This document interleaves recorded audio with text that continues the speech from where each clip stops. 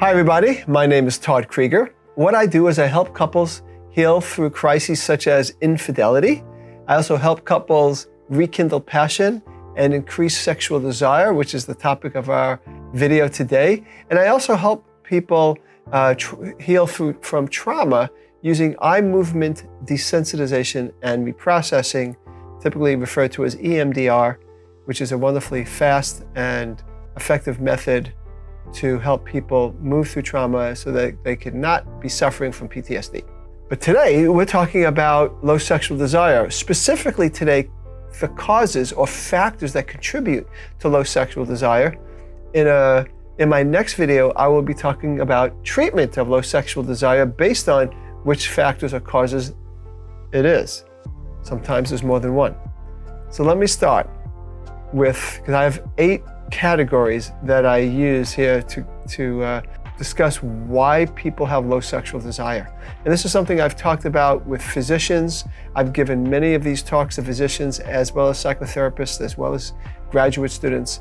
So it's something that is really important to understand, because oftentimes people blame themselves or blame their partner, and understanding is very important in these cases. The first category of cause of low sexual desire is physical causes, mainly hormonal, medications, certain physical illnesses, and older age. And hormones is probably the most common.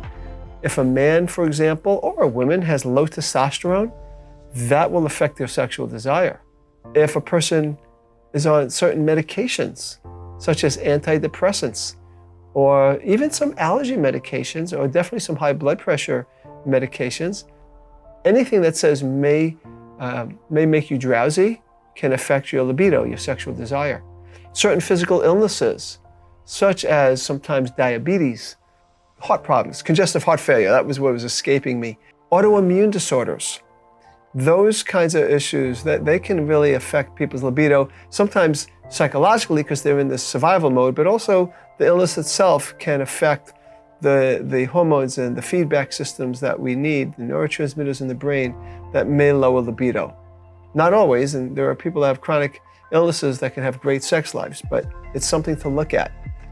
And also lastly, older age. Older age, when people get older, they can still have sex.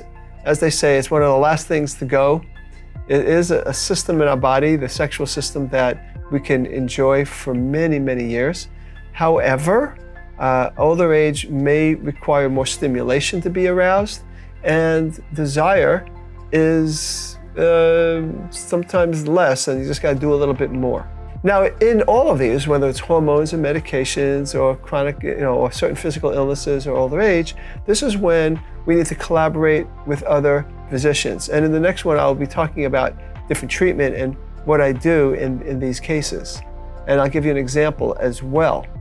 Okay, the next one is trauma.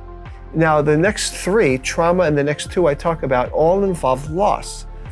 Loss of innocence, loss of safety, loss of identity, loss of what I thought I had. They all involve that. And so when there's loss, since we are survival animals too, we protect ourselves. And when we protect ourselves, we close off. And when we close off, we may close off our sexual desire as well. Sexual desire and the ability to give and receive pleasure requires some vulnerability. And when we've gone through some loss, we tend to close up.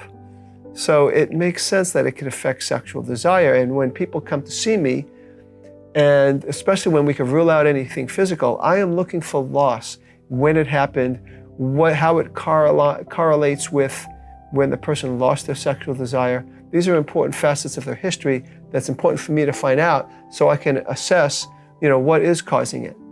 So the first, again, that I have under this category is trauma. Molest and rape in particular. Okay, sexual trauma. Could be other kinds of trauma too, because it can close us off. Domestic violence, of course, from the partner, or being even physically abused as a child, even being emotionally abused, of course, as a child, can be underlying factors. And but molest and rape are some things that I work with. And like I said in one of my previous videos, the reason I got into doing EMDR was to work with trauma for people who were molested. So that when I deal with trauma, I'm using eye movement desensitization and reprocessing. And again, I'll talk more about this next time, to help people heal from the trauma so that they can open up again, so that they can revive themselves. So, again, molest and rape, I've seen quite often lead to sexual desire issues. I have one client I'm thinking of now who had a combination of things. I'm going to go into the other thing that she had, but she was raped.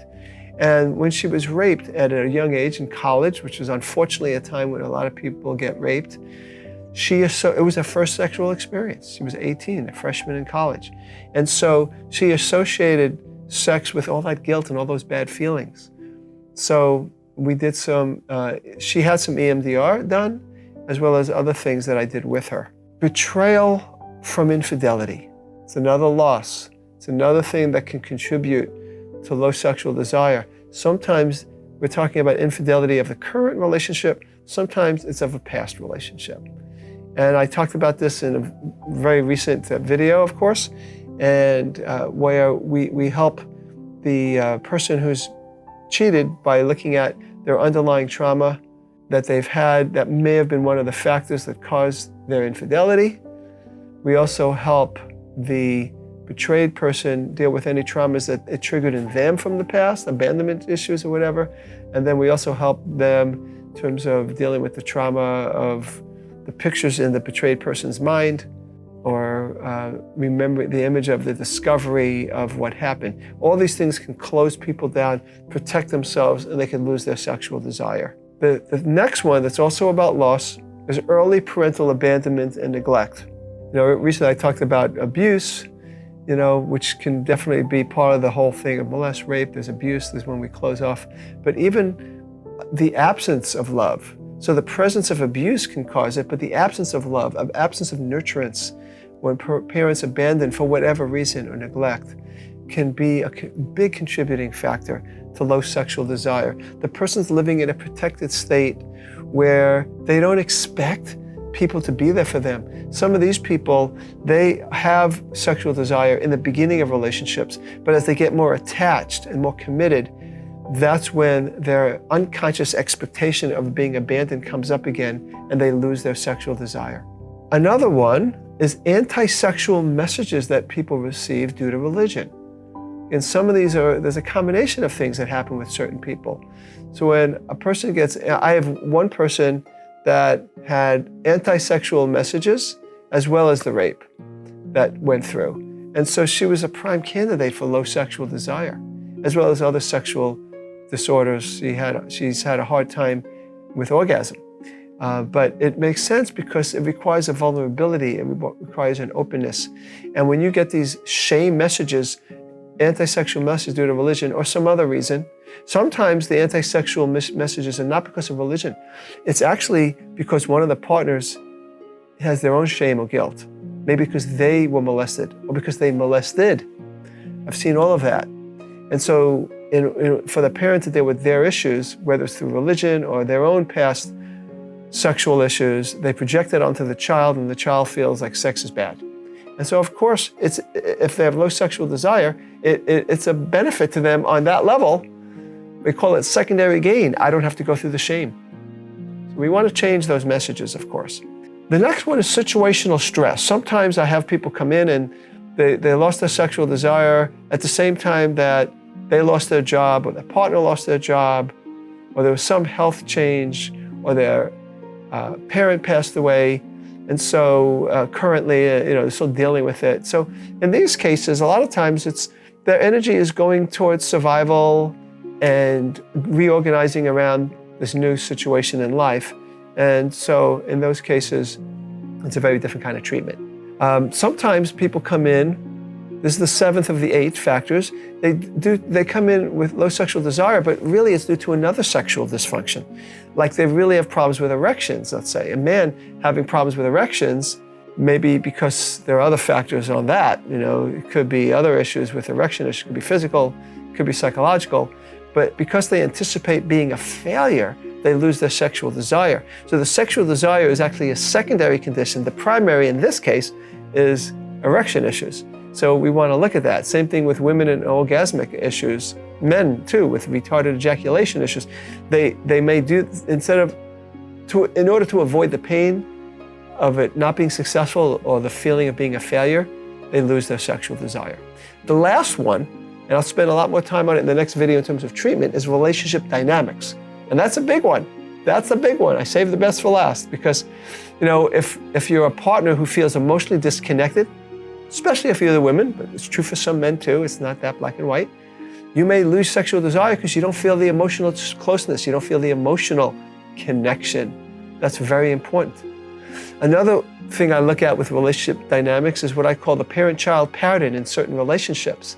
Certain relationships, the one person slips into a parent role where they feel like, God, I have another child I got to take care of. Got to tell you what to do, and I got to organize you, and I got to make up for what you're not doing, and you're irresponsible. And then the other partner slips into the child role. You're either judging me, you're telling me I'm not good enough, and they feel scolded as opposed to, well, you need something I'm not giving you. So they literally slip into this parent-child pattern, and I see this in almost every intimate relationship, committed relationship, that they slip into this parent-child pattern. One person feels like I have another child, the other person feels like, God, I got a parent I got to please or rebel against. And in either case, it can affect sexual desire because it grows old. Sometimes affairs are attempts to get out of the parent-child experience and get a new kind of experience. Again, not justifying, I'm just saying underlying factors that could contribute to it. Again, in my next video, I'm going to talk about how to treat some of these issues based on the factor, and I'll get into all of them clearly and briefly, but it can be a great help for you or anybody else you know that might be dealing with low sexual desire in yourself or your partner. Call to action. I want you to click on the link, get your checklist here that summarizes the possible factors and what to look for, as well as the best treatment procedures for each of these. So you have this visible display of some of the things I'm talking about and a little bit more. So please click on that link and it can be quite helpful. So thank you for listening. This is Todd Creager, making the world safe for love.